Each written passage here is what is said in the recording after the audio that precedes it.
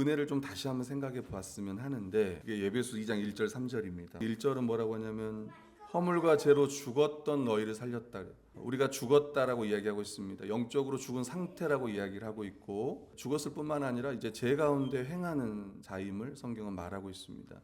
우리가 영적으로 죽었기 때문에 여러분, 죄에는 하나님에 대해 지식도 없고 감각도 없습니다.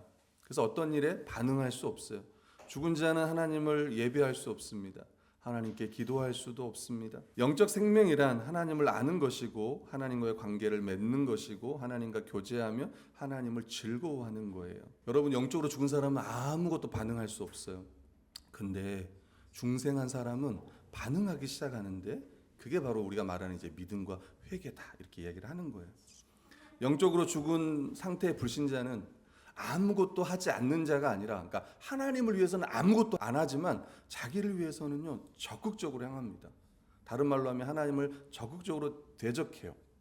여러분, 죄의 본질이 뭐냐면 하나님의 주되심을 거부하고 자신 스스로가 주가 되어서 자기 마음대로 행하고 하나님의 뜻을 거역하는 죄인으로 살아갑니다. 그게 이제 2절 3절이잖아요. 그때 너희는 그 가운데서 행하여, 예수 믿기 전에 너희가 그 죄와 허물로 죽었던 그 가운데서 이 세상의 풍조를 따르는 거예요.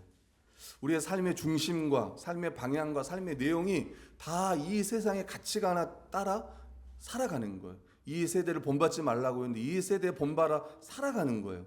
오늘날 이 세대의 가치관들이 뭐가 있겠습니까? 돈을 사랑하고 쾌락을 사랑하는 그 시대 가운데 놓였는데, 이제 우리가 그렇다는 말이 아니라 죄 가운데 있을 때 그랬단 말이에요. 그 다음에 공중의 권세 잡은 자를 따랐습니다. 공중의 권세 잡은 자, 이 세상의 주인은 누구냐면 우리가 말하는 사탄이에요. 이 세상의 임금은 누구냐면 사탄입니다.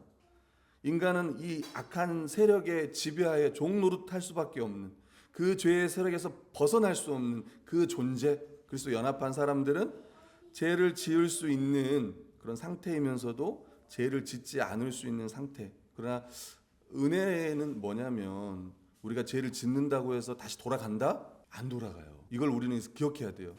한 주 동안 내가 죄를 지었어. 다시 돌아가나? 나 옛날 상태로 돌아가나? 모습은 돌아가는 것 같지만 아닙니다. 우린 존재가 바뀐 거예요. 하나님 앞에 의롭다함을 받은 자, 하나님의 자녀가 된 거예요. 죄를 지어도 다시 넘어가지 않아요.